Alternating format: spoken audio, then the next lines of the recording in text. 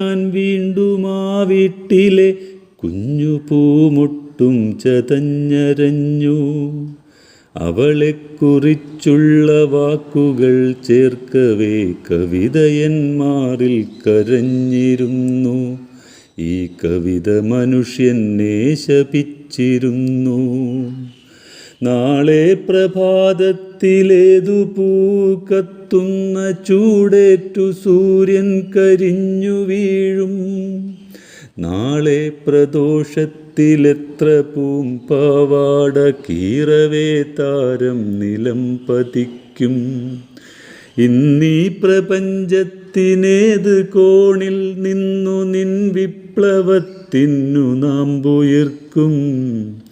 ഏതാശയത്തിൻ്റെ ഗർഭാശയത്തിലായി നിൻ ധീരയോദ്ധാവുയിർ വരിക്കും.